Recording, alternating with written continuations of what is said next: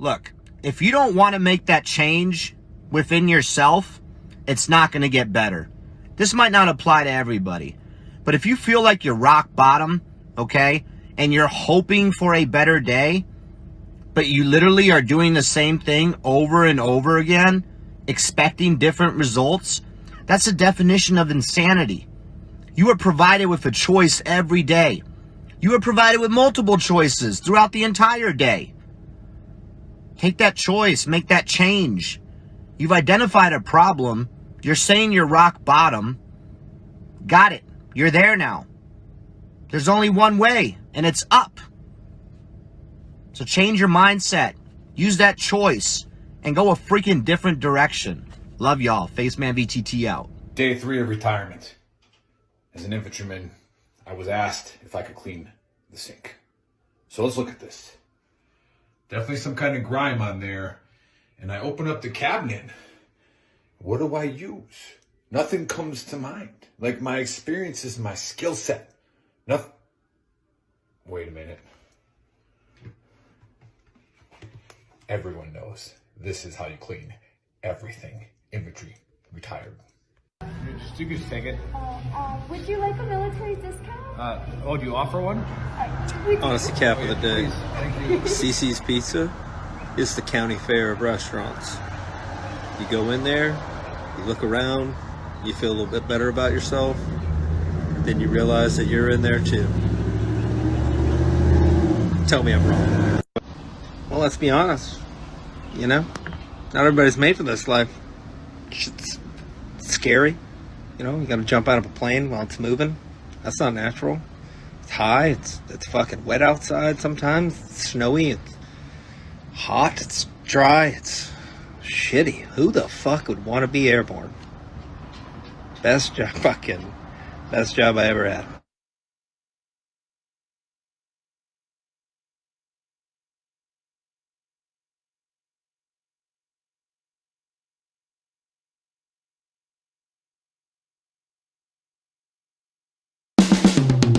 This is the Veteran Trash Talk Hour, hosted by Nick, Dave, and Buddy. Real warriors making fun of other real warriors. Try to not get triggered.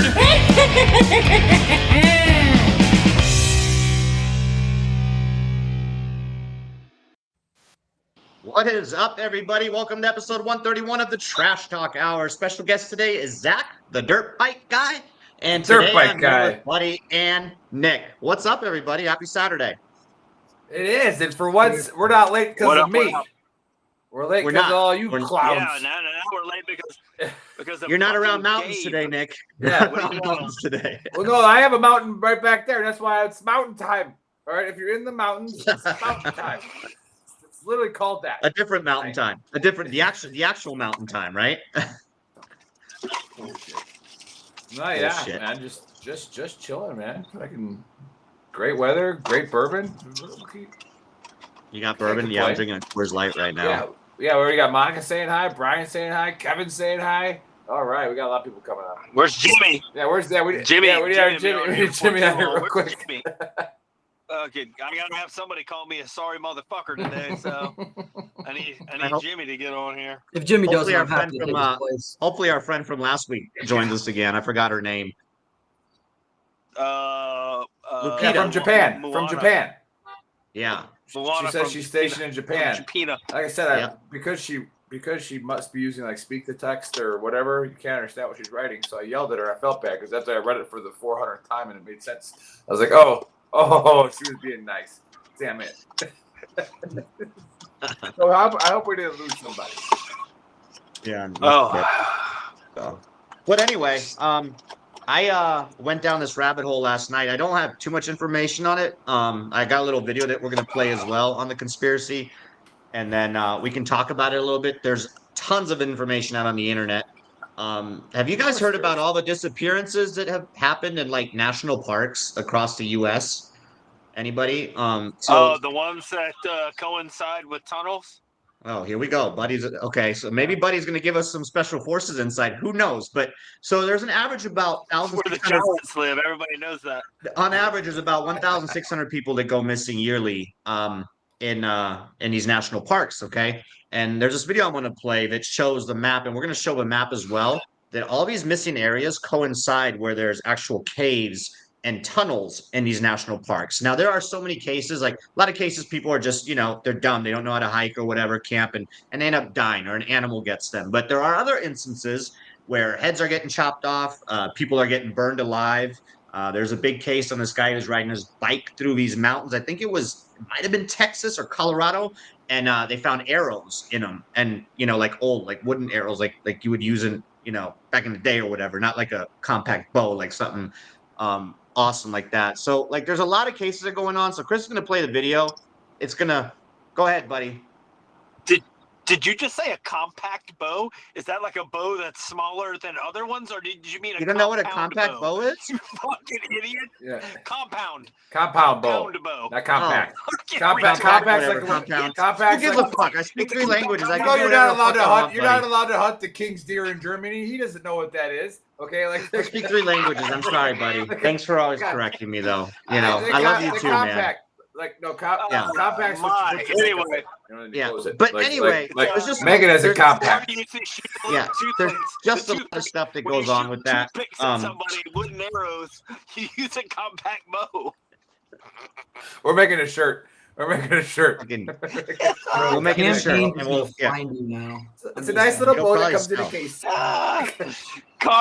A compact bow is the bow that little people use when they go Trolls, hunting. yeah, trolls use it. Yeah. Trolls. So then I was right because That's so what there's rumors that these guys are like cannibals that are living in these caves. There's rumors of like other dimensions. There's rumors of the government with the sex trafficking and the child trafficking because a lot of these missing people are actually children as well. So there's all kinds of stuff that goes on with this. There's a quick TikTok video that Chris is going to play right now, and then we can discuss it afterward. He's going to put up the map, just a bunch of crazy stuff. So Chris, go ahead and play that video.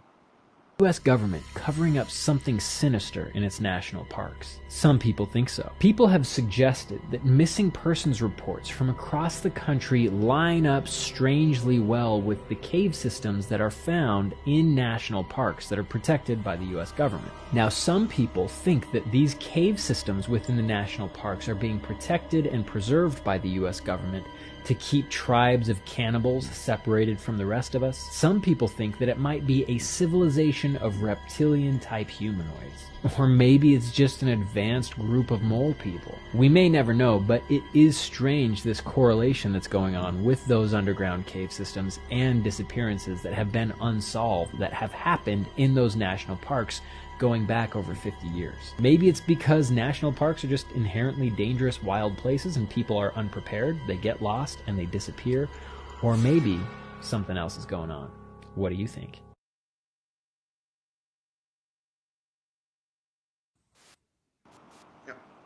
Buddy, you'll be up in a sec. So as you can see, I just have a question. Go ahead, bud.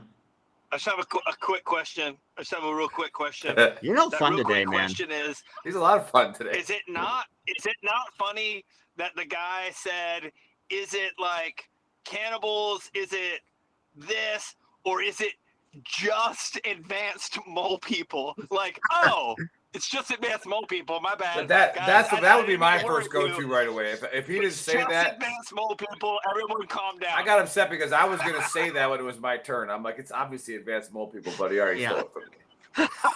My bad. No. So Just first- advanced mole people. Okay, so I'm gonna give you my take, and then you can go, buddy. Thanks you for interrupting all day today. Don't you're be gonna all talk about butthurt during your because honesty you had chat, to rush.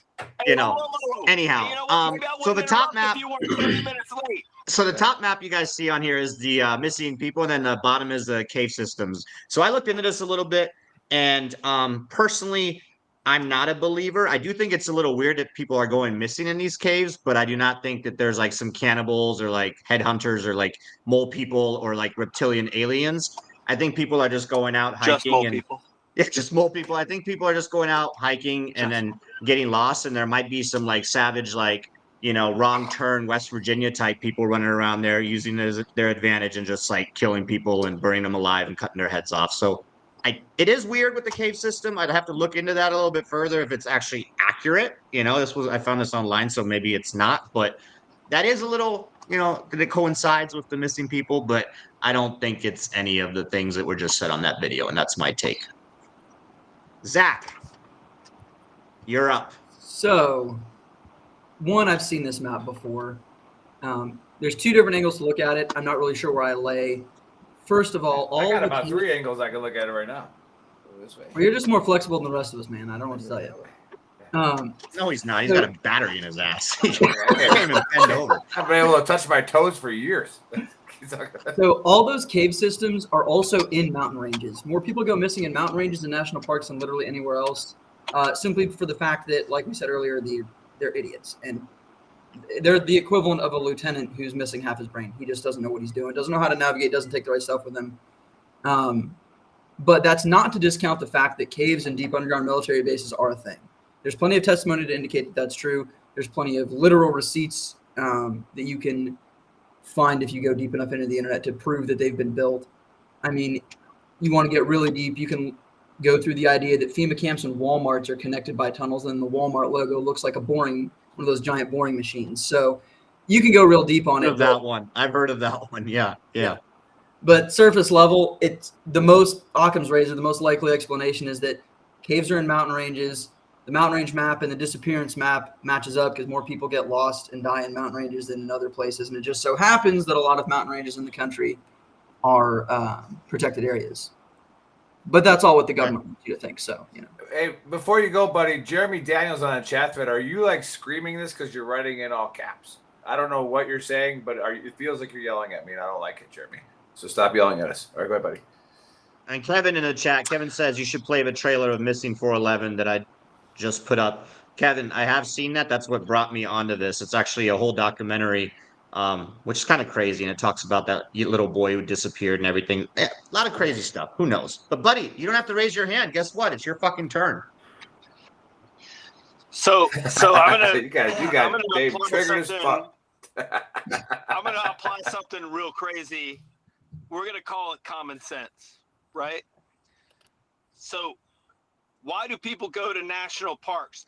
First of all, people go to national parks. So they don't live there. They go there to visit, i.e., they don't know the area. Then they go hiking, and then all of a sudden, we're mind blown that they become missing. Sounds like a lot of people go to an area that they don't know, and then they start wandering through the forest like Bambi is going to come out and lead them to fucking safety. And turns out that's not the case. And we're talking about hundreds of thousands of acres of fucking land that's on the side of mountains and also has caves and tunnels and shit in it. I would say that probably has more to do with why people go missing in national parks than just mole people, probably. But maybe it could just be mole people. And you know what? Mole people got to eat too. So they do. You know? Alternately, it could be hungry. cave. We don't know. But so there's 4,500 caves in U.S. national parks. Look at all the caves. There's approximately 45,000 caves across the U.S. Yeah, but how big is the population of mole people? You know what I mean? Like, how much do they have to eat to sustain them for a year? That's what we really have to. Yeah, we got to figure this shit out. Correlation of, you know what I mean? Also, are they also using like plants? Are they eating plants? Are they like subsidizing their fucking diet? Like, how many people how do tall they need? how tall are they? How tall are they, and how much do they need to eat? Because if there's 1,600 people missing a year in these national parks, and then a lot of them, are found again. So, there might, out of those 1,600, it's maybe 200-300 that aren't found. So, does that cover all the mole people for, Maybe what we could do is we could just take some of the plant-based proteins that we have all over the place and toss them in there, and they'll stop, and people will stop being missing because the mole people will just eat soy. Yeah, they'll get gluten allergies and can't eat humans anymore. Yeah. Good idea. Maybe we think about it. Maybe we send it in. Let's send it up. So definitely, bullshit. All of it's bullshit, and I agree with you on that, buddy. But definitely, like some of the murders that have happened, where like people's heads gets chopped off, those aren't animals. I think those are some fucking people taking advantage of the situation of other individuals being Well, out. yeah, Like, they made a whole movie about it. It's called Deliverance. People yeah. squealing like Wrong Turn is pigs kind of and- similar to it, right? Yeah. Oh yeah, wrong turn. Wrong turn's real as fuck though. Like, not a huge deal if you're Sorry if you anybody from live West in the middle Virginia of is a watching, national- but- that's where yeah. my family line's from. I'm telling you, man. You go out there, Yeah. it's a different lifestyle out there, man. West Virginia ain't fucking around. If you live in the middle of the fucking forest and then somebody fucking stumbles in, there's a good chance You ain't getting out of there. You're tweaked out of your mind anyway. So if a Yeah, mole you're doing person some weird eats in the shit. middle of the forest and no one is around to see it, did he still get full or no? I don't Yeah, think so. Brian, I don't Brian, think so. Brian, one He's of gotta our find another great, person. Brian, one of our great moderators on BT Official said that he lives 40 miles from where Deliverance was filmed, and he's like, if I hear banjos, I'm out of there. Like I'm running. If I hear bad, By the no, way, no, no. trick question. Trick question, Zach. If a mole person eats in the middle of the woods, somebody has to be there. That's what they eat, is folks. So yeah, they get full. I Yeah. guess. Yeah. Well, look, we just proved it 'Cause it's live. false. We just proved it. Boom. Done. Yeah, I mean, Everything. It's real, Dave. It's real. Don't go to the national parks. Yeah. Oh no.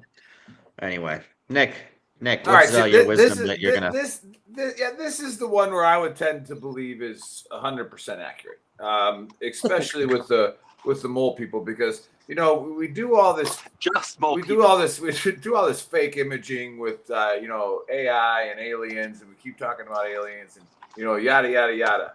Okay, no, like people they disappear. This is real stuff. Like they disappear all the time, and a lot of them are idiots. Okay, like the person who does like this, like Monica said, selfies with the bears. You have to put a sign up that says no bear selfies. Okay, like yeah. We You're should leave dead. all that shit up to natural selection. It is. I mean, it was left They up got to like natural they got selection. kiddie Like, pools in it, like a big sign, no diving. What does Hey, what does the National Forest symbol look like for no? Oh, no here bear we go. selfie? The Illuminati.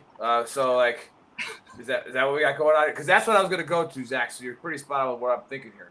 Like, Yeah. so I'm turning this back to the Illuminati, to the the New World Order. All right, now there is definitely cave complexes that they're running supplies through, doing all this stuff. You need people to work those caves. All right, so it is possible that we And who better than kids? or moles too, right? Like actual moles that we genetically turned into half like human moles, right? And so it's like there is a lot of stuff here that could actually be true, that they're gonna actually keep hidden from you. And Well, here's maybe one of that's the things. Maybe that's why CRISPR was developed. I mean, they just needed to meld the human and mole DNA to create the perfect worker for their tunnel systems. Right. I mean, it makes sense. It makes more sense than That's what they fucking did to aliens. us, the Anunnaki, so we could mine gold for them and build the pyramids. Just saying. Exactly. So I'm You're treading real close to aliens, bro. Yeah. So then And now I'll I'm shut up. convinced. So you got me. so then Great job, Nick. I'm convinced now. so then here, So you know. So then here you go. All right, just think outside the box for a little bit. You know that I've talked about this before. Like you don't just go up into the mountains and think you're gonna fuck around, right? When you go into the Appalachians, and you go to up in them hollers, and you think you're gonna go fuck around, you're gonna find out. Like the find federal out. government, tried to go up into those hollers, all right, and they found out. Like it's like no, so there are people up there. There are things in that land that you can't explain. Like who goes in there? You don't go in there. You don't go in that cave. Like you go in that cave, you're gonna die. Like one, you're either not getting Well, out. that's one of the big reasons for the conspiracy is because a lot of these areas, like Buddy mentioned earlier too, like there's no vehicle access. These are like untouched places, and they say that the government specifically closed those areas down and keeps them secure. And like the forest rangers, like the rangers are all part of the big conspiracy too, and they all know about it. And like it's yeah. So maybe Nick, maybe it is a government conspiracy. I think it's a in those government caves. conspiracy that we have mole people that are doing the work for them. Just mole people, guys. Just average, Just mole people. And but Yeah. again, the no dumb stuff- reptilians. no no we never reptilians? hear. We never hear of stories of people like heroically coming out of the mountains. We just hear stories of dumbasses, and I think that's the media playing the conspiracy. It's where like, oh no, the people that die, they're just stupid.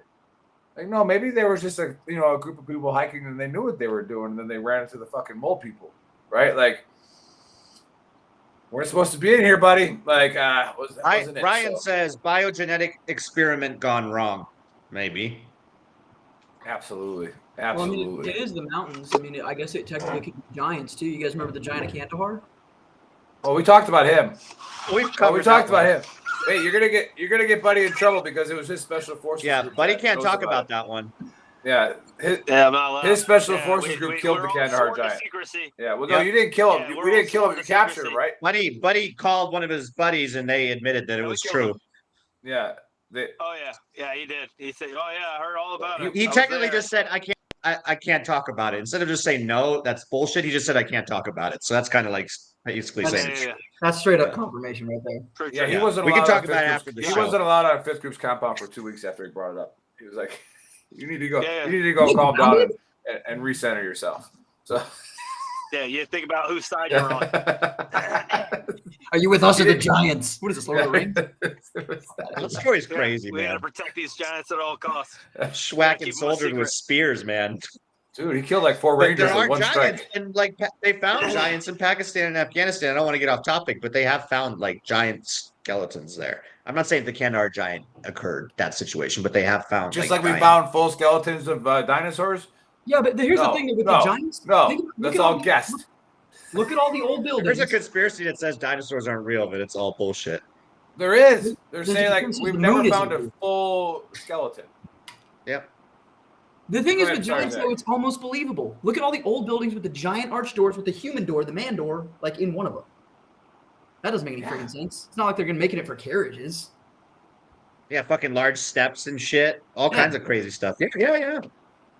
I mean, yeah, We live in a giants crazy did rule world. the world. And Buddy's like, Meanwhile, Russians are crashing spacecrafts into the moon, and India just landed on the moon. Did you guys see the video footage of that? Oh or my what? God, To build that was- a fucking hospital? Oh, So what are they God. doing there? I don't The want to get into the 7-Eleven? moon landing conspiracy now because we're all over the place. But did you guys just Google later? Google the footage that India posted online of their like moon landing that happened yesterday or the day before.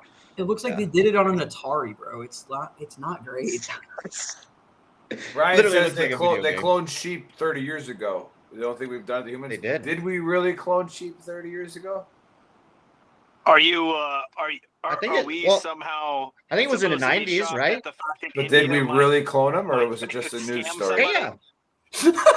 Oh, I see what you're saying. Yeah. Do you think We- they used we- the call center for mission control for that mission, or like? Yeah. Just like Heartbreak Ridge. So everybody knows I would this. actually have a problem. Well, we just covered a lot of conspiracies all in Yeah. one. There we go. we're all going dark here in a minute. Don't worry about it. Yeah. Yeah, Someone's gonna come up show's behind canceled. Buddy and put a paper bag over his head. It's like, Bro, my FBI agent Yeah. is shitting right True. now. It makes Right, for so some it good happened. views, Oh, man. man. Probably the best Right. episode ever. it is. Yeah, it's good. It's good. It's here. Follow the Yeah, yellow it brick road happened. of Brian paperwork Self that said it leads to- happened. It happened. How do you know it happened, Brian? Are you a coloniologist? Who's What is there? that? Yeah. It's coloniologist. Yeah. Are you a colonizationist? That's something else. I don't know what that means. Are you Cheers. to that. non-verbing? Cheers. Are you making up words? Yeah. Oh yeah. All the time. So, I do it too. I mean, we got compact bows. We got colonizationists. Compact. I think I said Big Gary, compact. I think I I'm said sorry. Gary, I Gary know. Dave, I know you. I know you guys. Sinise, Sinise last not- week. They gave me You shit. were Gary Sinise. Yeah. You guys gave me shit. It's fine though. Yeah. I speak 3 languages. No big deal. Yeah. But anyway, Well, speak one Hey, are right. you doing an honesty cap? It doesn't matter if you speak. Now three he's screaming, you languages can't and hear none him of when he them screams. It just correctly. Like, fucking hell! I speak 3 languages at Just, a fucking first buddy, don't grade scream level. when you do your Great. honesty cap now, so Real we can great. actually hear you say something because just now we Yeah, couldn't. well, hey, if you can't hear me, just fire your compact bow across the Yeah. screen, and I'll be. I mean, you quieter. should be able to hit him Okay. in this little Fucking 3-foot nerd. window here. You know, it should be good. Yeah, it's real tiny. Fucking bing. Yeah. Oh shit. Oh, Well, yeah. Now we get to get the is it butt. my Now we get turn? to go Are to we- Buddy's honesty cap. Yeah. Are we doing honesty cap? Yeah. Usually I try to be. I try to have something amusing to say for my honesty cap. But so last week we had Alan on, who was going to the Last Out play, and then a while ago we had what's this Brian Man? Scott man. I left my program in there. Scott Man, who wrote and stars in last out, and so Shout out to Alan said Scott. something about going last week, and I found out that it was in Franklin, and I was like, you know what, I'll go. You know, not a huge deal. It's right down from where I live, about an hour away.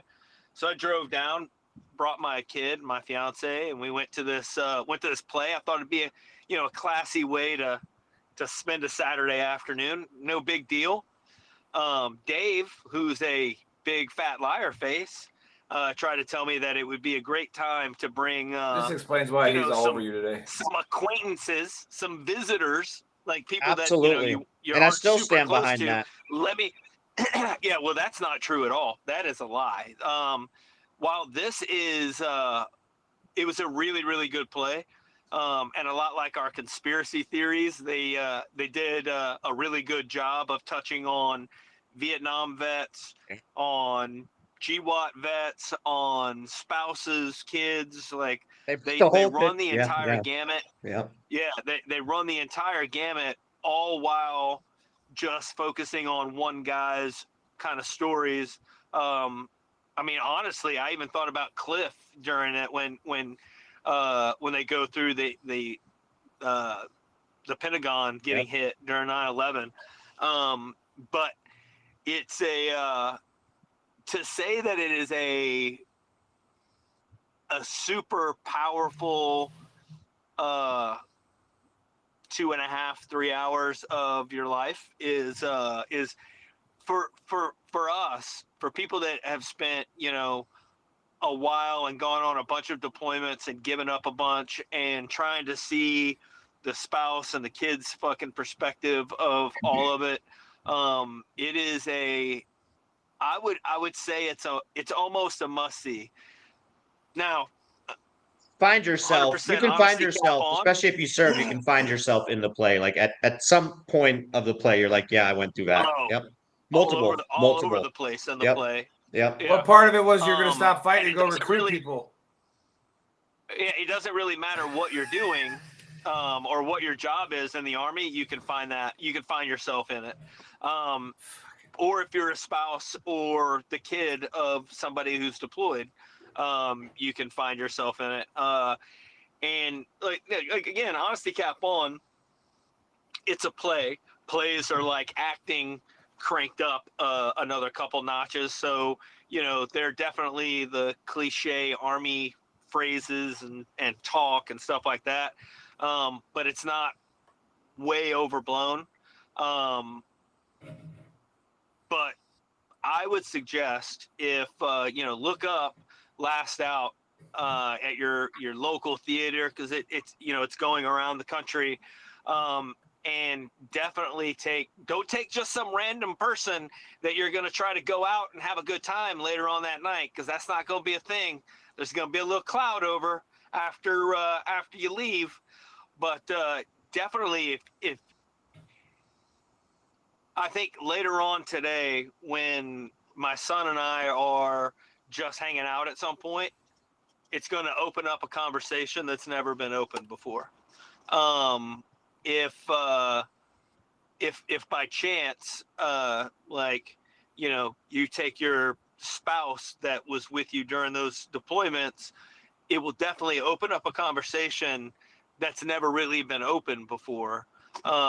It makes you think about not only what you went through, the sacrifices that you made, but also helps you to realize that there were a lot of other people that may not have been getting shot at, but were making sacrifices right alongside you. And then, so not only that, but also, there's an old saying that wars change, but warriors don't. The sacrifices that we made in GWAT are no different than the sacrifices that Vietnam vets made, that Korean vets made, that World War II vets made. We all kind of had a lot of the same experiences, and you're not alone. That's the biggest thing I took from it, is what you might think is your own unique story, which is unique in some ways to you. It's not as unique as you think it is. And you're not by yourself. The feelings that you're not having in a vacuum. Other people are having those feelings. At one point, as the play was ending, we're talking about a play that everybody in there was grown pretty much. A lot of old Marine, Air Force, Vietnam vets, GWAT vets, a lot of folks that don't really show a whole lot of emotion. But there were points of that play where you heard a lot of old people sniffling. And there were points in that play that it was hard to not just break down and, like baby cry. Did they do the discussion at the end of it, buddy? Where they did do the discussion at the end, where they all, kind of people come up and talk and ask them questions, and it's a really well done play, and it's so focused on the stories.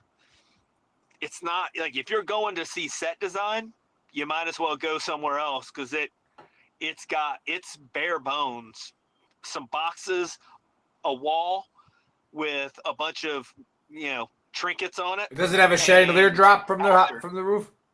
No. Oh. Nope, nothing, none at all. Phantom of the Opera. But even with none of that, it is like one of the Vietnam vets got up at the end and said, this is probably the most powerful play I've ever seen in my life. And for us, it probably will be one of the most powerful plays you ever see in your life. I've seen some plays and they're entertaining, but this one actually had some meaning. Oh yeah. I've seen not the Wizard of Oz. I'm gonna call bullshit on that. Wicked, homie. Just watched it in London. Boom. Yeah. Get off my newts. Wasn't that a video? No, it was a play. I watched the play. Yeah, no, I'm cultured as shit, dude. Fucking out here being cultured as fuck, homie. But anyway, like I said, if you're listening, and I would suggest that, and then so Gary Sinise, it also talks about the play Tracers that he made way back in the day. I'm personally going to look it up. It's almost the same thing, just a Vietnam veterans account of Vietnam that they did in like 1983. And hopefully there's some YouTube videos or some videos of that, because I would love to watch that just to get my dad's perspective. But it's definitely Honesty Cap Fully On, well worth it. Well worth the conversations that are gonna have later on, and definitely worth being able to get the perspective of other people, and for them to get your perspective over the whole thing. And if you're having a hard time dealing with the withdrawal from Iraq or Afghanistan, it's definitely worth going to see, because it deals a lot with the emotions of the withdrawal.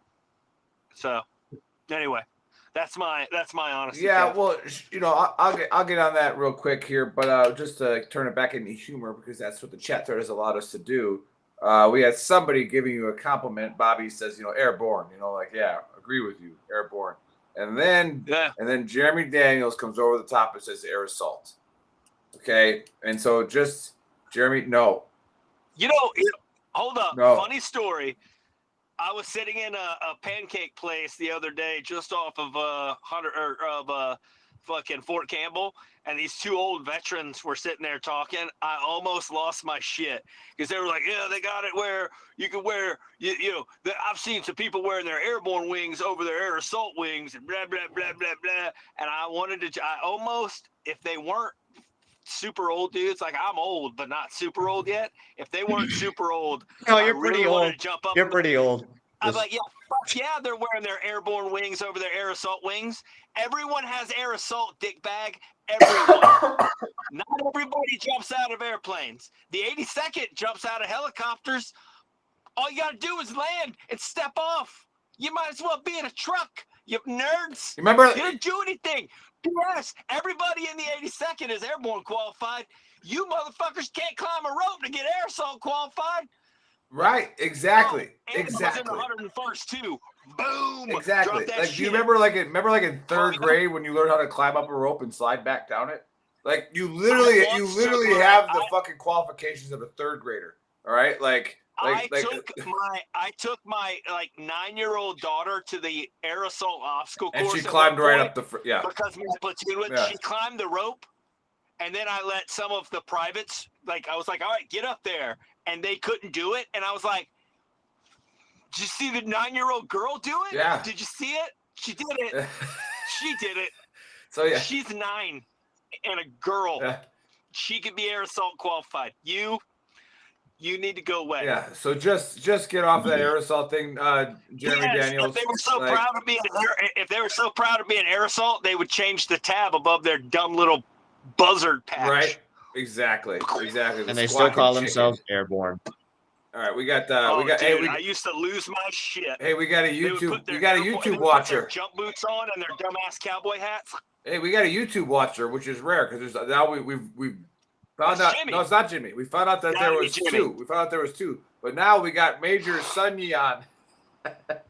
He's I'm laughing at your name because of your comments. Like, are you speaking to us like in Chinese proverbs? Like, I don't know what the fuck you're saying, but appreciate you blowing our YouTube up. Like that's great. Like, I mean, double today. Yeah, we just quadruple our yearly comments on YouTube. It's double when it's generally just Jimmy B telling me I'm fucking stupid. I know. We need Jimmy back on there. Get on there. But no, back to the Odyssey Cap before I get it over to Zach is like I talked about it. I think season 1.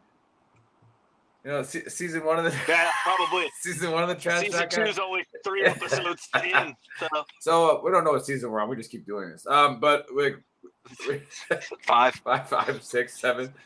Fucking yellow. I think we had a show like on Spouse Day, Military Spouse Day, or something like that. And it was again like that conversation that this play can create. Hopefully, it does that for some people. Like I think I was a little bit lucky enough to have some of those open conversations early in my marriage with that in the DoD, where it was like, you don't think about it till your wife tells you. It's like every time the phone rings, she jumps, like every single time, and then it's like when it's commo blackout and you're used to a certain amount of communication on MySpace or whatever, like just some kind of like whatever, maybe an email, and all of a sudden it's been like 2 weeks. They know something bad has happened, right? And when the phone rings, when they know something bad has happened, like can forget about it, So like, yeah, it's you don't got to be shot at to have done anything for the cause and what our veterans and what ourselves have done. But no, that's a great Odyssey Cap, but a great explanation of the play. I was supposed to go to Phoenix and see it. Duty called, so I couldn't. And Cliff's on the chat because we gave a shout out to him. Oh, thank you for gracing us with your present, Cliff. Like, it's like, thank you, Cliff. I watch your show when you're live. I watch it. Okay. I'm just saying. All right. Dave stopped watching our shows. Dave starts texting me during our live shows now. It's like, Jesus, Dave. Like, every time, bro. Every time, man. Dave, I'm on a show. Whoops. Yeah. Yeah, whatever. But like clockwork, man. I don't know if Cliff has seen it either. Oh, P.S. If you're a veteran, the show is free. Yep. And if you're not a veteran, it's $25 entire dollars. Yeah. Per person. I would suggest that if you are a veteran, donate the $25 to the theater that's allowing them to do it. Because it's $25. It's veterans, first responders. So it's also first responders and everything. So for those of you that are watching, and you can bring your family though for free too. So, but it's worth just paying it just for the cause. Like they're doing amazing stuff. So yeah, well, I mean they've got people that travel with them just in case something in the play hits you hard. I mean, these dudes had like a safety brief. They have like people outside that can sit down and talk with you if you're a Vietnam vet, if you're a GWAT vet, whatever, first responder, whatever. They even have, if you're having a medical emergency, they got medics that can come fucking. Yeah, no, they covered everything. Right up. Yeah. Oh, for sure. It's very well done. Yeah, and then again, that's what I think we're progressing as a society, taking care of veterans. Where I'm seeing it in the other company that I work for with the suicide intervention, sharp prevention, is when you put people through real scenarios, like you're going to trigger people. Like, and it's going to be something where you're going to catch people. And so every time I go do my training that I travel for, I go, hey, make sure your prevention team's ready. All right, make sure they're there because there's going to be 2 or 3 people that are going to take that headset off and they're going to walk out. They're not going to say a fucking word, right? And it's like you better go grab them. Like they're a part of something like that. And here's what I'm going to get at. I'm going to get to our guests. Here's what I'm going to get at with what you guys are talking about in that trigger and having the people there. And here's where we're progressing. And we need to get these old gray beards and these soft ass people out of the prevention units that are like, I'm worried about triggering people. No, we should 100% trigger people. Like that's that. the only way you're gonna have an effect. Yep. You're gonna find out, right? When you put something like that in front of them, you're gonna find out who's struggling, right? As opposed to, hey, here's the myths and rumors of sexual assault or suicide. Like, no.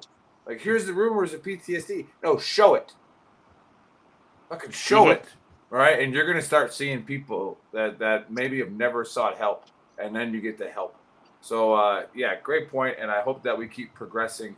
And we know Scott, we know Colonel Mann, he's freaking awesome, and he's going to keep going with it. But Cliff said his car show is fun. I'm trying to wear your shirt, okay? So there that is, so now we got, Hey, boys, I got to jump off. All right, jump off. You're going to like this comment that was just said, too. But, yeah, jump off. What? The guy says, let's make it 23 a day. Again, Tyler, thanks. Yeah, I guess everything that we just said was stupid. We don't have any fucking idea what we're talking about.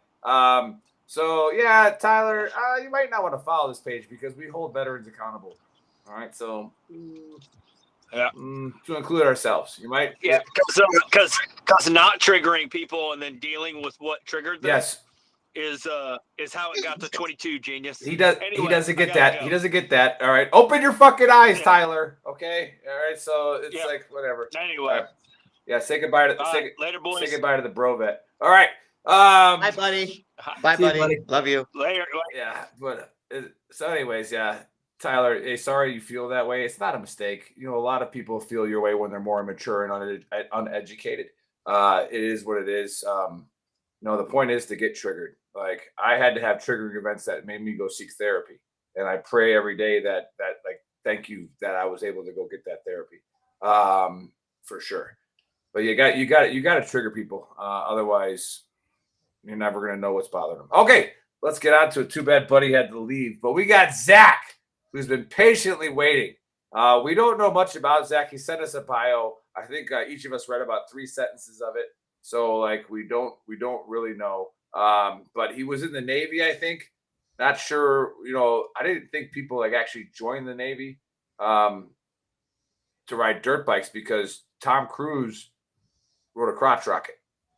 Right? And that's the only reason anybody our age would join the Navy is so we could be Top Gun. So you obviously you failed at that. You weren't a pilot.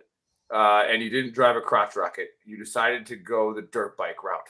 But anyways, no, Zach, welcome to the Dumpster Fire. Welcome to the Trash Talk Hour. And you have started an awesome organization, Carolina Dirt Bike Rentals, to help, just again, no matter, it doesn't fit every veteran, okay? But this is just something that might be good for somebody that needs to get out, experience nature, get after it. So, Zach, say hi. What you got going on? What's up, gentlemen? Hello to your viewers. Show, brother. You all drive fast and take chances, all that good stuff. But before I talk about me at all, I just do want to take a second to recognize today is the 26th of August. It has been 2 years since 13 service members were killed. The event we just had last week, we took these 13 flags and some others as well to the top of a mountain. We read their names. We took a moment to remember them and honor their sacrifice. I'm sure these guys can link the video to that if you're interested in seeing it. But I know this is not why I'm here. I'm here to talk about what we're doing, but I want to talk to Tyler, the guy that just commented to you. Tyler, if you're walking through the woods and you think there's a bear trap in front of you, and you know that bear trap is going to cause you or somebody else serious harm, are you going to walk away without tripping it, or are you going to go find you a rock or a stick and poke that son of a bitch so that it can't hurt anybody? If you're a responsible person, you're going to make sure that thing lights off so you know where it is, how it's going to hurt someone, and you can prevent it from doing any damage.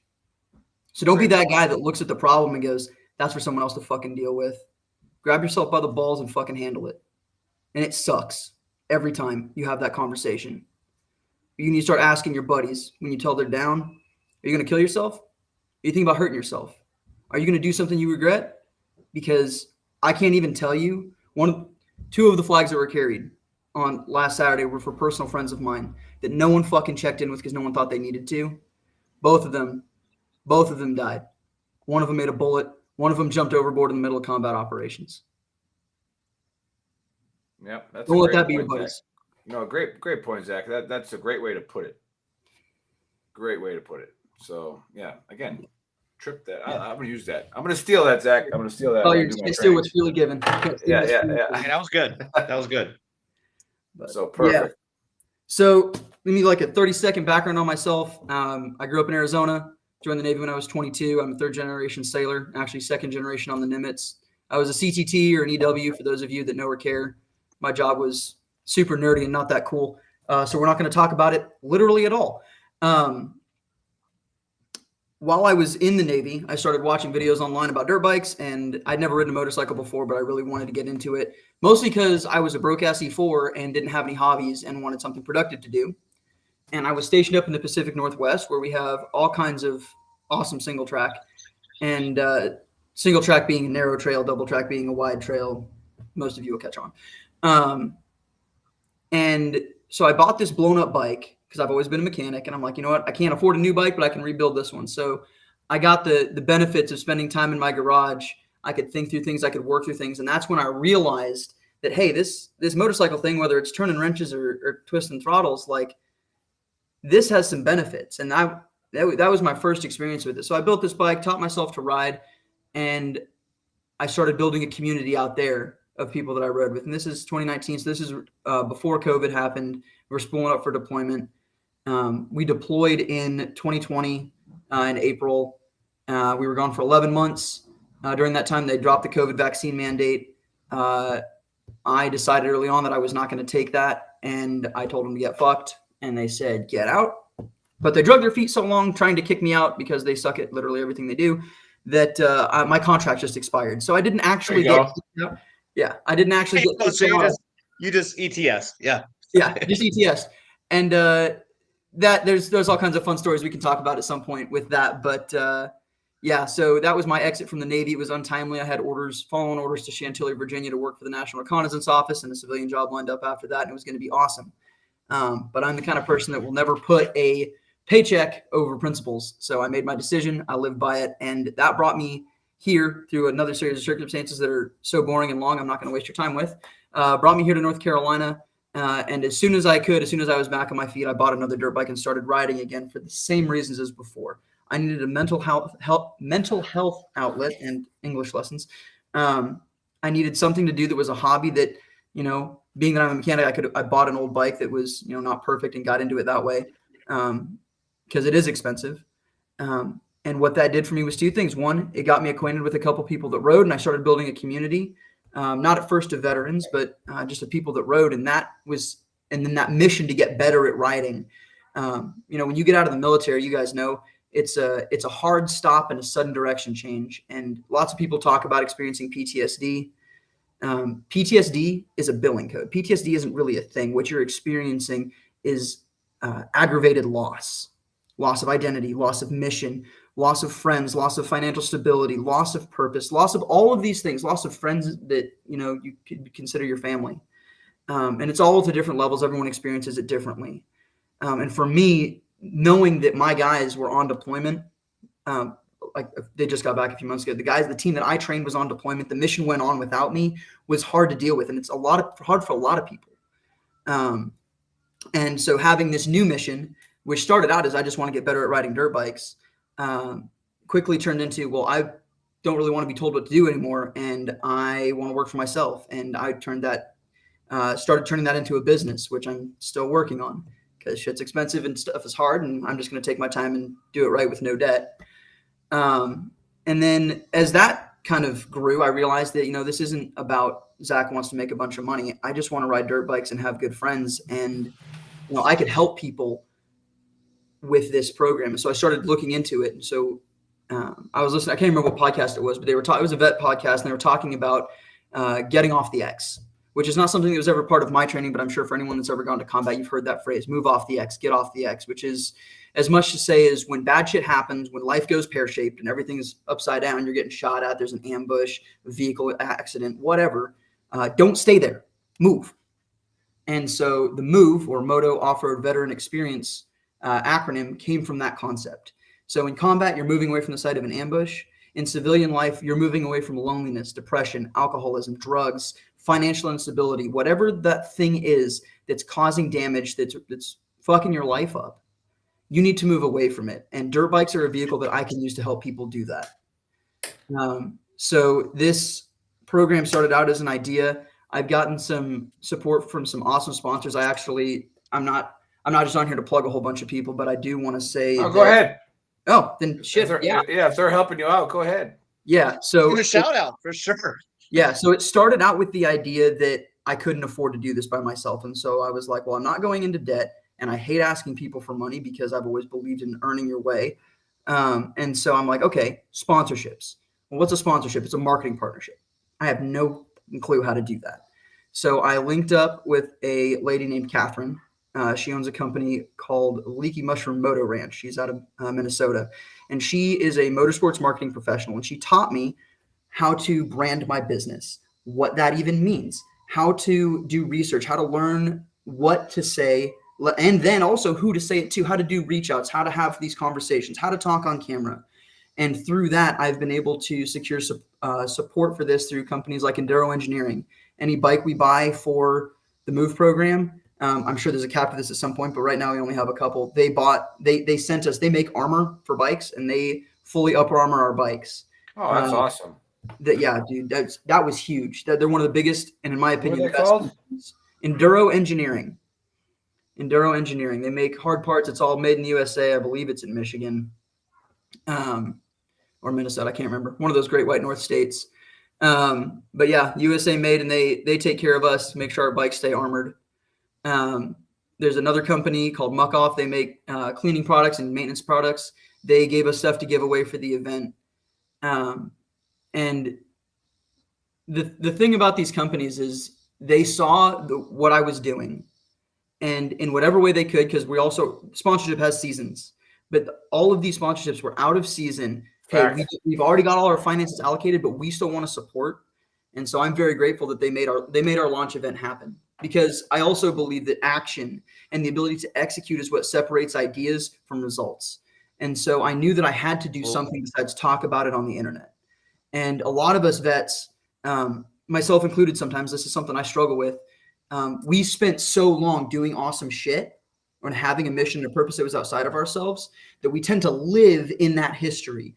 You live based on what you did, who you were, your rate, your rank, whatever the hell it happens to be, the combat you saw.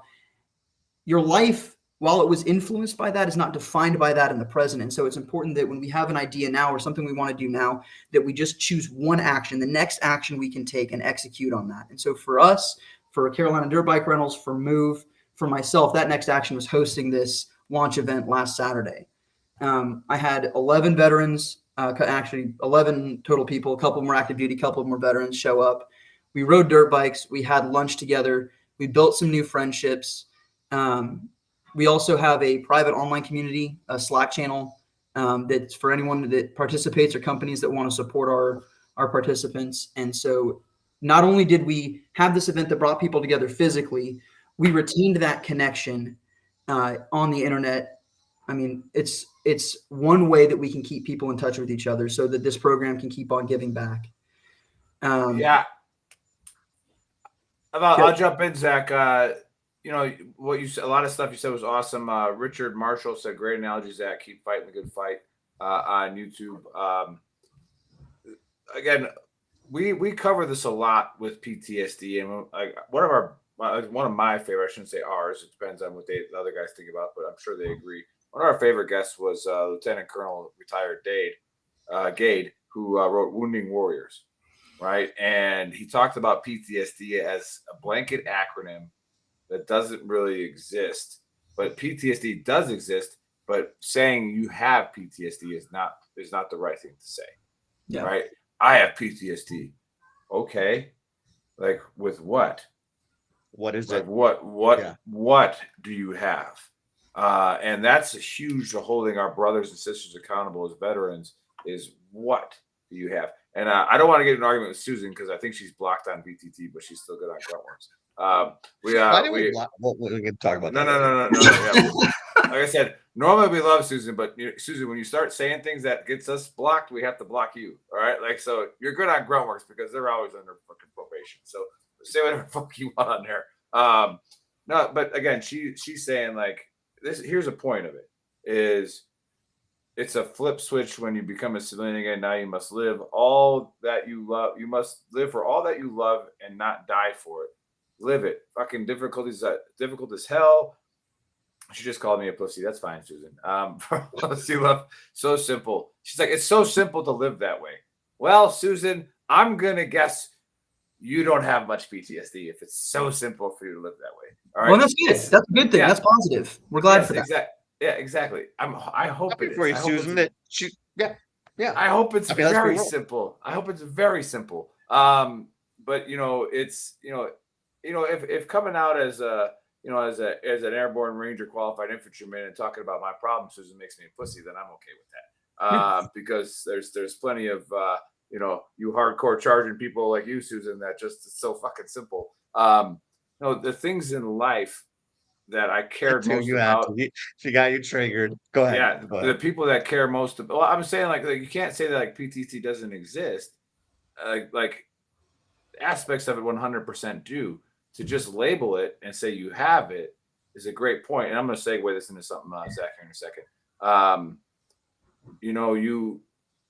The thing that I got talked to by a psychiatrist was like the things that you care most about in the civilian world actually trigger your PTSD the most because you're so worried that you're not doing good enough. Yeah. So like you said, Susan, you're right. I'm trying to live for everything I love, but because of what I've been through, am I doing enough? Right. And it triggers something that happens in combat. It triggers something that happens in leadership roles to where it's like, Susan, I don't want to judge you by the cover, but I don't know if I don't know if you've, seen people age 30 years in 12 months. Okay. Like you see that in leadership in combat. Okay. Because they don't sleep. Leaders don't sleep in combat, right? Especially if it's in a serious environment, not a cakewalk, deployment. Like you don't sleep. You're constantly planning. You're constantly preparing. All right. You're constantly worried about taking care of the people you're responsible for, right? So that being said, we take that to another step as veterans, and we find any outlets to train people. So Zach, and to help people, give us a story about how you've seen motocross help people. Because my brother-in-law is a big motocross guy and veteran. So I'm going to connect with you after this show. But it's what have you seen? What have you seen people come out, either try it for the first time, maybe reconnect with it, or give us a story about that. So just for clarity's sake, we've done exactly one event. We're new. And even in that one event, there was a man, first name Mark, that came to this event. And I didn't know at the beginning, because before this event, I gave opportunity for participants to give us names. There was another couple flags that we took with us to give us a name and a status and a branch to have put on a flag so that they could carry their buddies with them. Well, Mark didn't send me any names. And I don't know if that was an accident. I don't know if it was on purpose, but he didn't send any. So we get up to the top of this mountain. Primarily what we do is enduro riding versus track riding, so trails. And we get up to the top of this mountain. He was the last guy to read names. And so he read the two names that on the flags that he was carrying. And then he had to take a pause because he broke down. He had two other names that he carried in his heart that for comrades that had committed suicide. It's in the video. And I think for him, and from our conversation afterwards, for him not coming to this event with an expectation that he was going to be moved, that he was going to feel the presence of his friends. I don't think he expected that necessarily, but for that to be able to happen and for him to have all of us around him, all 13 of us around him at that time, and doing this thing to honor the fallen, whether it be by suicide or killed in action. It's moments like that I had in mind when I created this. the ability to get that pain and bring it to the surface. You know, we use the battle flag imagery a lot in our merchandise and on our website. And the reason I use that tattered flag is because I want to remind people that even though that American flag is worn, it's been damaged by war, it's not perfect, it's not pretty, it still means something. And it's still worth something. So too the veterans that served that under that flag, that carried that flag into battle. Just because you've been damaged by what you've been through, just because you're hurt by what you've seen and what you've experienced, you are still worth something. You still have meaning and value. And so we don't just discard a battle-worn flag. We don't throw it away. We don't mistreat it. We don't let it touch the ground, just like if it was perfect and pristine the day that it came from supply. We need to treat ourselves that way too. And this program, I want to be a way for people I want to use it to pour back into people's lives and remind them that you still have purpose, you still have mission, you still have an outlet. This is something that's good for you and healthy, and a way for you to be around people who understand exactly what you've gone through.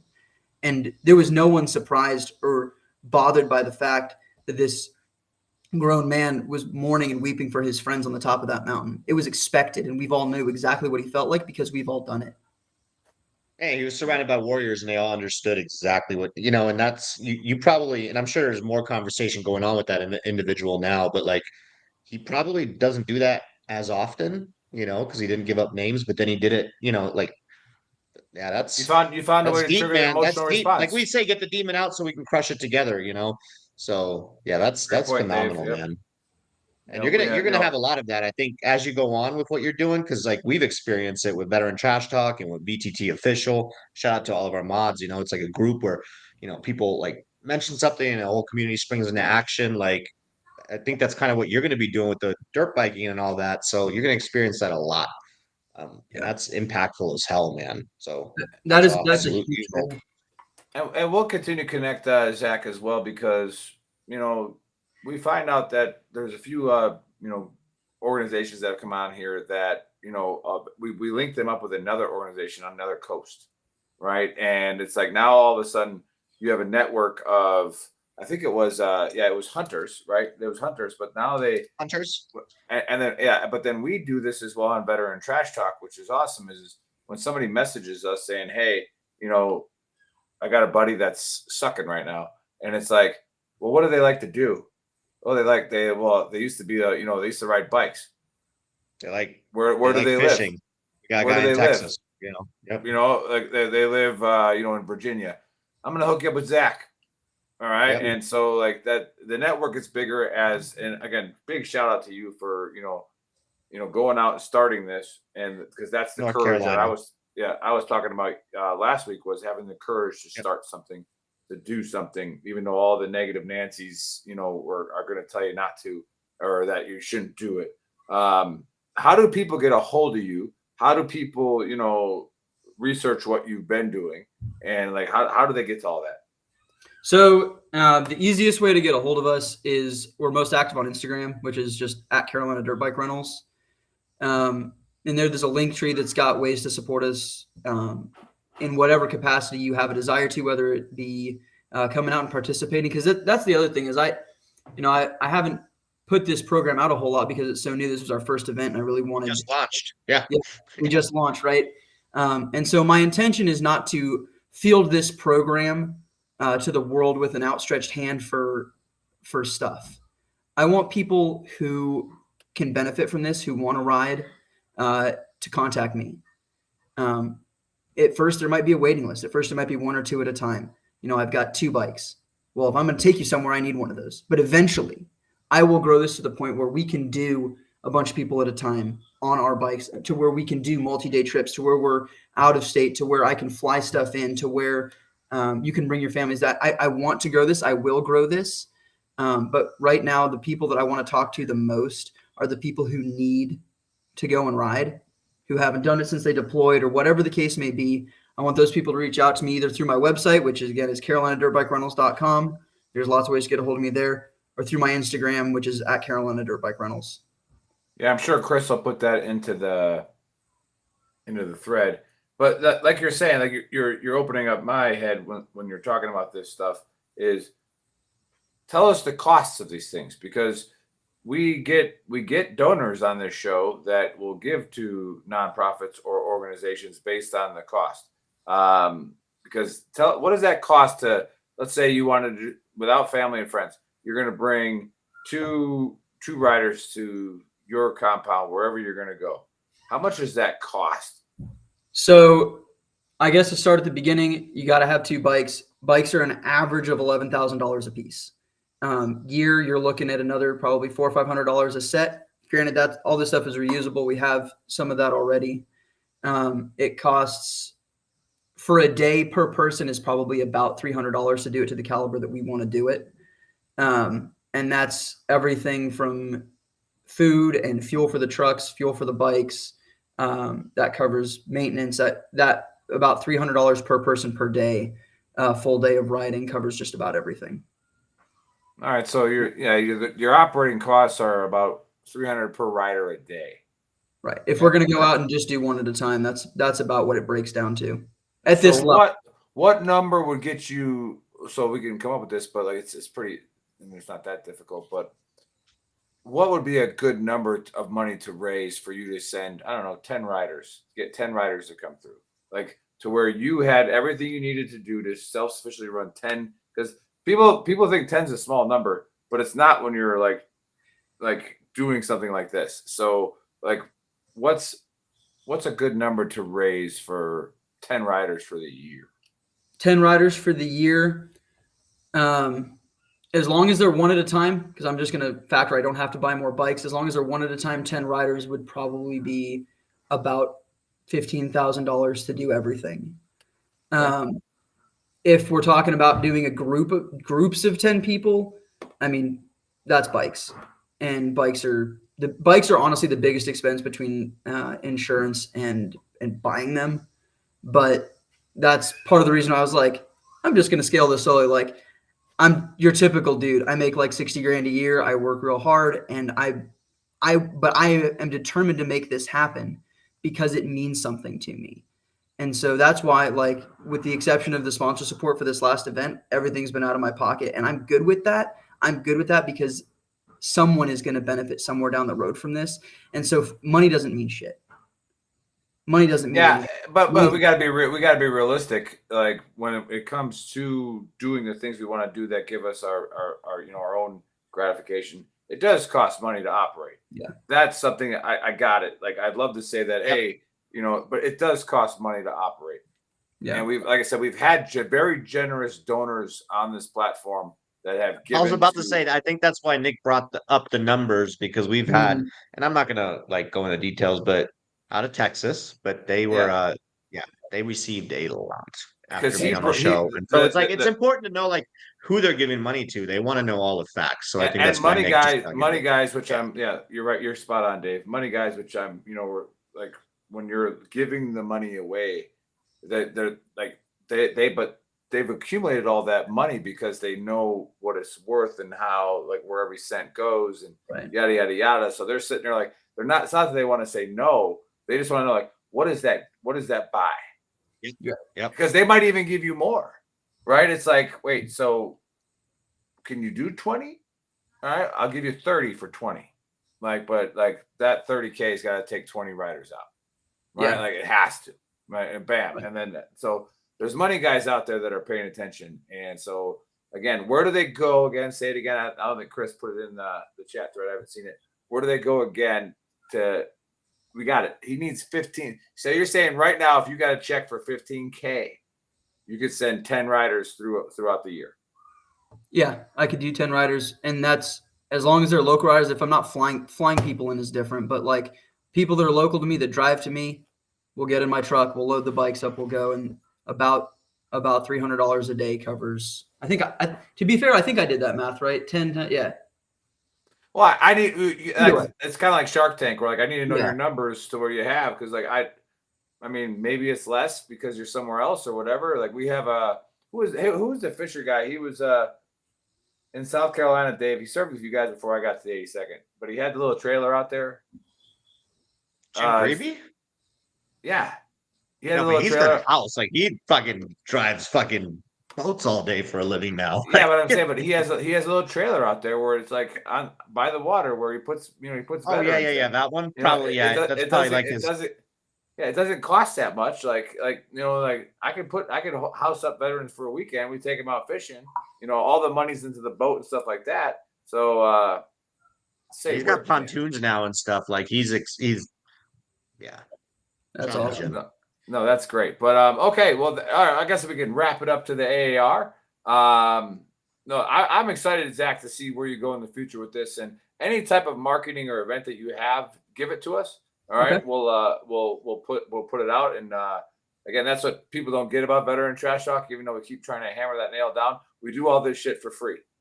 Okay, yeah. If you're a veteran-owned business or you do anything that helps veterans or first responders, we're gonna plug it. All right, we're gonna get people to. Again, one person might call you in the next 3 months because they watched or listened to this podcast, and who knows? Maybe it saves their life. And hopefully, our conversation again did something, because we talked about the mole people. Yeah. All right. Now, like just the basic. They could be reptilians. They could be the basic mole people, right? We talked about them. They could be man bear pig. We don't know. Right. We don't know. So, like I said, we're recapping the show. You think it is them? Nick, you were actually 100%. I'm 100% that it's real. Yeah, 100% it's real. Like, no, not it's Illuminati. Like, they have their workers, right? They're guarding the missiles. The caves actually go to Epstein's Island. The right. caves go to like Epstein. No, they don't go to Epstein's Island. They go to the submarine launch that goes to Epstein's Island, because he did have a submarine. So go fuck yourself. Yeah, so I'm tracking. About to get Clinton. Yeah. What? Yeah. So, wild. Yeah, the Clintons. Lost connection. The Clintons have their own cave, but either way, conspiracies there, and hopefully somebody watching this show, all right, understands that it's our job as veterans to be our brother's keeper, and if we trigger you, that's exactly what we want to do. All right, we want to trigger you so that we can find the demon and we can kill it. All right, because the demon's not you.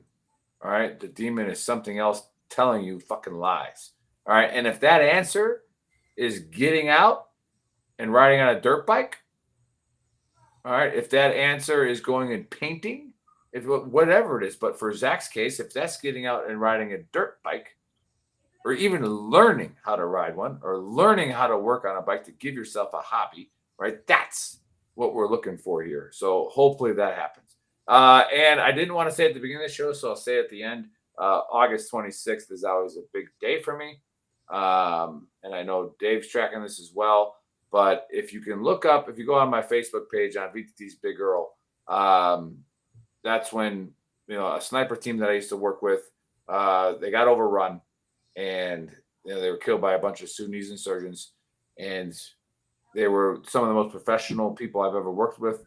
Did a lot of great things with them.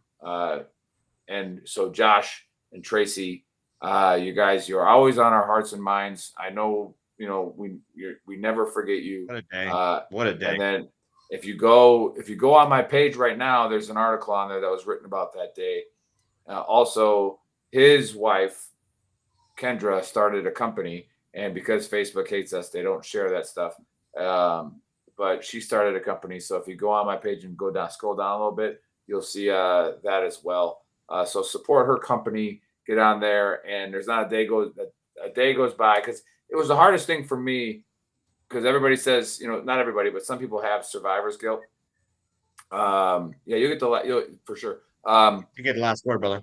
Yeah, I don't have survivor's guilt for a lot of the stuff that I've done. I had survivor's guilt for Josh and Tracy, because I was supposed to go out on that mission, and I was scratched at the last second, and somebody else went out, right? So I dealt with that for years, right? For years, until I finally got it out. Like, I finally got that demon out, and and it's like, but it's still that demon's still hovering around everywhere. All right, but I'm not going to let him in. And I thank all of you on this page, all of you on this platform that helped me, because it does help me. When I see your stories, your struggles, it goes into, all right, what's that person dealing with? What's that person dealing with? How do we help them? So love you guys. Great show. Conspiracy, dirt bikes, Scott Mann, big time, last out, Legacy of a Green Beret. I can't say the word, Chris, so get over it. I'll just make it up. All right, so what is it? Legacy? Elegy? Huh? No? No, Is it elegy?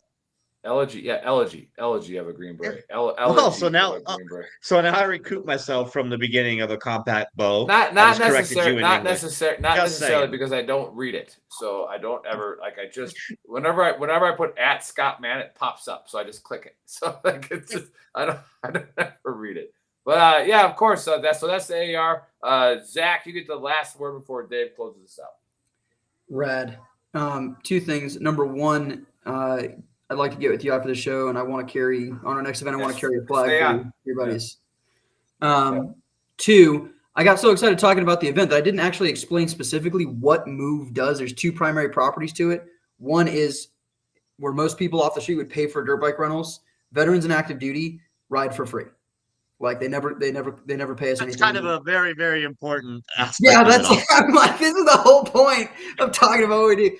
The other property to Move is that we host community events, riding clinics.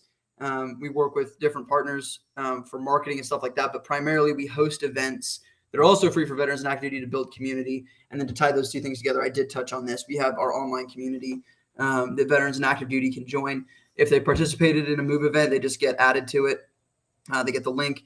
If you hear this episode and you want to join because you're interested, we just ask for some form of proof of service to join. And then we add you. It doesn't cost you anything. But yeah, right. So the important shit is what I want to talk about. You kind of had to hit on that. It's kind of important. But regardless, anyway, Zach, phenomenal, dude. Like we've had, this is episode 131, and I'm not saying anything negative about previous guests or previous nonprofits or for-profits, but like you can tell you're compassionate and you have extreme passion about what you're doing, and you want to help out and assist our brothers and sisters who need it. So like, hats off. I can't wait to watch this journey. Because last week we were talking to Armed Forces Brewing Company, where they started a year. Yeah, last year they were on the show. Now they closed a share of what, $7 million, like with what they good for them. Yeah, like it's just amazing. And we see some of these nonprofits that come on and they're just blowing up and they're all over the place doing amazing things. So I definitely see that in your future. If that means anything to you, I think like just stay the course, stay passionate about what you're doing. Keep riding dirt bikes. If you're ever out here in Arizona, let's go. I'm ready to rock and roll. All right. Yeah. You come visit, right? You got family out here. I was literally just there for a wedding a couple weeks ago. Perfect. Let me know. I'm in surprise. And then for everybody that's watching, go to veterantrashtalk.com. That's our website. It has the links to Spotify, YouTube, all that good stuff. And for everybody that's watching live right now, we are shadow banned on YouTube. Can you just go to YouTube, hit that subscribe button, and give us one like? That's it. That's all I'm asking. They freaking hate us. Shop.veterantrashtalk.com. Check out our awesome merch. Play stupid games, win stupid prizes. Veteran Trash Talk, Mental Health Warrior. And great episode. Love you guys. Have a safe Saturday. And we'll catch you guys next week.